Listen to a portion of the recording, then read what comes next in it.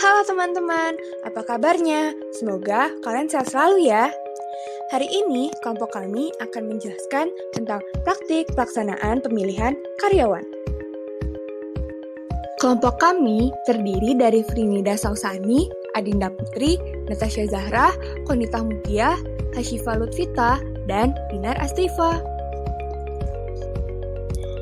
Nah teman-teman, apakah kalian tahu bagaimana sih proses pemilihan karyawan itu terjadi? Proses pemilihan karyawan dilakukan oleh Human Resource Division. Salah satu fungsi HR yang terpenting adalah untuk merekrut orang yang tepat bagi perusahaan. HR harus dapat menyesuaikan antara karakteristik yang dimiliki oleh pelamar kerja seperti kemampuan dan pengalaman dengan persyaratan yang diminta oleh perusahaan.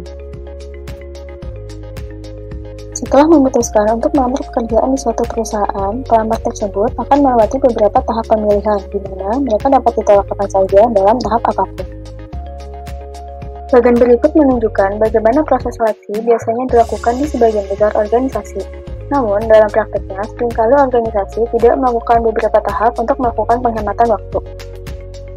Nah, sekarang kita akan melihat kepada model proses pemilihan dalam organisasi. Pertama, pendaftar akan mendaftar pekerjaan di organisasi yang dituju. Setelah mendaftar, pendaftar akan melalui beberapa seleksi. Seleksi pertama yaitu initial selection, di mana perusahaan akan menentukan apakah pendaftar mencapai kualifikasi dasar pekerjaan. Contoh yang digunakan adalah menggunakan formulir pendaftaran dan background check. Setelah lulus dari initial selection, sang pendaftar akan melalui substantive selection, di mana perusahaan akan menentukan aplikan yang paling berkualifikasi dari seluruh yang menemui kualifikasi dasar. Yang dilakukan adalah dengan melakukan tes tertulis, tes performa, dan interview. Apabila sang pendaftar telah lulus substantive selection, maka ia dapat lanjut ke contingent selection atau seleksi terakhir, di mana perusahaan membuat cek final sebelum memberi tawaran bagi pendaftar, yang dilakukan seperti membuat tes narkoba dan juga tes kesehatan. Yang terakhir, apabila sang pendaftar berhasil lulus dari initial, substantive, dan contingent selection yang diadakan oleh perusahaan, maka ia akan memperoleh tawaran pekerjaan dari perusahaan yang ditujunya tersebut. Selamat! Sekian penjelasan mengenai model proses pemilihan di dalam suatu organisasi. Apabila Anda berhasil melewati tahapan dari mulai proses pendaftaran, seleksi, dan sampai akhir, maka Anda akan menerima tawaran pekerjaan yang Anda inginkan. Congratulations, you are hired! Teman-teman, sekarang kita akan membahas initial selection process atau proses pemilihan awal secara detail dan mendalam. Pemilihan awal dilakukan perusahaan untuk menyaring para pelamar kerja secara kasar. Alat yang biasa digunakan adalah formulir pendaftaran dan pengecekan latar belakang. Formulir pendaftaran memang tidak dapat memprediksi performa kerja, namun formulir tersebut berguna untuk melakukan penyaringan awal. Manajer harus berhati-hati dalam memilih pertanyaan yang akan ditaruh di formulir pendaftaran. Pertanyaan mengenai agama, ras, jenis kelamin, kewarganegaraan, dan status pernikahan tidak seharusnya ditanyakan. Di era sekarang, banyak perusahaan yang mendorong pelamar kerja untuk melamar secara online. Hal ini memakan waktu yang lebih sedikit dan informasi yang dapat dibagikan dengan lebih mudah. Banyak perusahaan juga memiliki website yang di dalamnya ada laman mengenai karir di perusahaan tersebut, sehingga pelamar kerja dapat mencari tahu posisi mana yang kosong dan tepat untuk mereka. Saat ini juga banyak perusahaan yang sudah tidak menggunakan resume berbentuk kertas, melainkan berbentuk video. Perusahaan juga terkadang memakai software pengenalan wajah. Para pelamar kerja perlu mencantumkan foto mereka ke dalam formulir pendaftaran.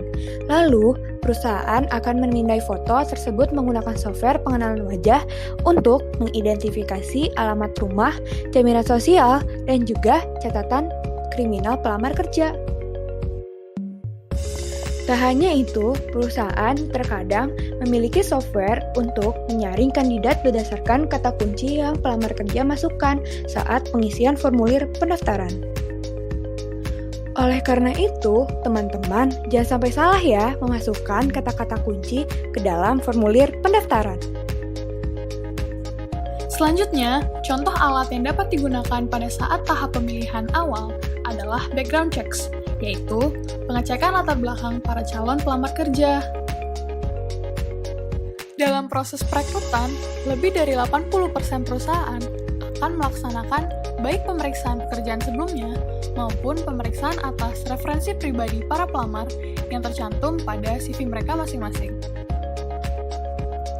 Alasannya adalah untuk mengetahui bagaimana kinerja seorang pelamar pada pekerjaan sebelumnya, dan juga untuk mengetahui apakah perusahaan sebelumnya akan merekomendasikannya atau tidak. Namun, kenyataannya, hampir 2/3 perusahaan menolak untuk memberikan referensi secara merinci untuk menghindari tuntutan hukum apabila seandainya mereka menyampaikan sesuatu yang buruk mengenai mantan karyawan mereka. Oleh karena itu, setiap pernyataan harus selalu dilengkapi dengan bukti fakta. Pemeriksaan latar belakang juga dapat berbentuk surat rekomendasi. Namun, hampir semua surat rekomendasi bersifat positif, sehingga cukup sulit untuk membedakan mana yang benar-benar menginformasikan fakta dan mana yang bukan. Referensi yang diberikan juga cenderung kurang akurat, sehingga untuk dapat menghasilkan informasi yang lebih baik, saat ini perusahaan dapat beralih menggunakan software pemeriksaan referensi yang akan mengirimkan 10 menit survei terhadap referensi tersebut, sehingga hasilnya dapat lebih objektif. Background check juga dapat dilakukan secara online menggunakan jejaring sosial. Para penilai akan mengamati foto profil ataupun unggahan-unggahan pada akun pelamar tersebut. Hal ini dapat menggambarkan secara akurat mengenai kehati-hatian para pelamar dalam mengelola dan membagikan informasi. Selain itu, background check juga dapat dilakukan dengan cara memeriksa catatan atas utang ataupun dengan cara pemeriksaan atas catatan kriminal. Tak lupa juga, hari ini kami akan memberikan tips-tips untuk pelamar kerja dalam pengisian form maupun CV. Dalam pengisian application form, ini adalah hal-hal yang harus diperhatikan dalam pengisiannya.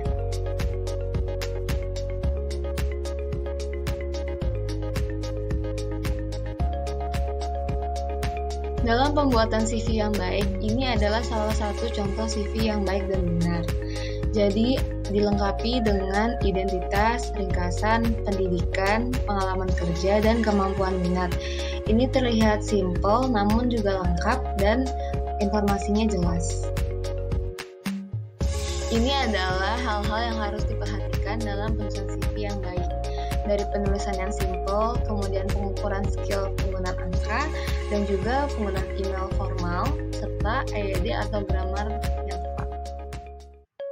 Ini adalah hal-hal yang seharusnya dihindari dalam penulisan CV, seperti penulisan irrelevant experience, kemudian juga personal things untuk menghindari bias dari recruiter, kemudian pendidikan yang terlalu lama, misal pendidikan SD, SMP, dan jangan membuat CV terlihat terlalu ramai dengan tulisan. Itulah penjelasan dari kelompok kami. Mohon maaf apabila ada salah kata. Sampai bertemu di lain waktu. Terima kasih.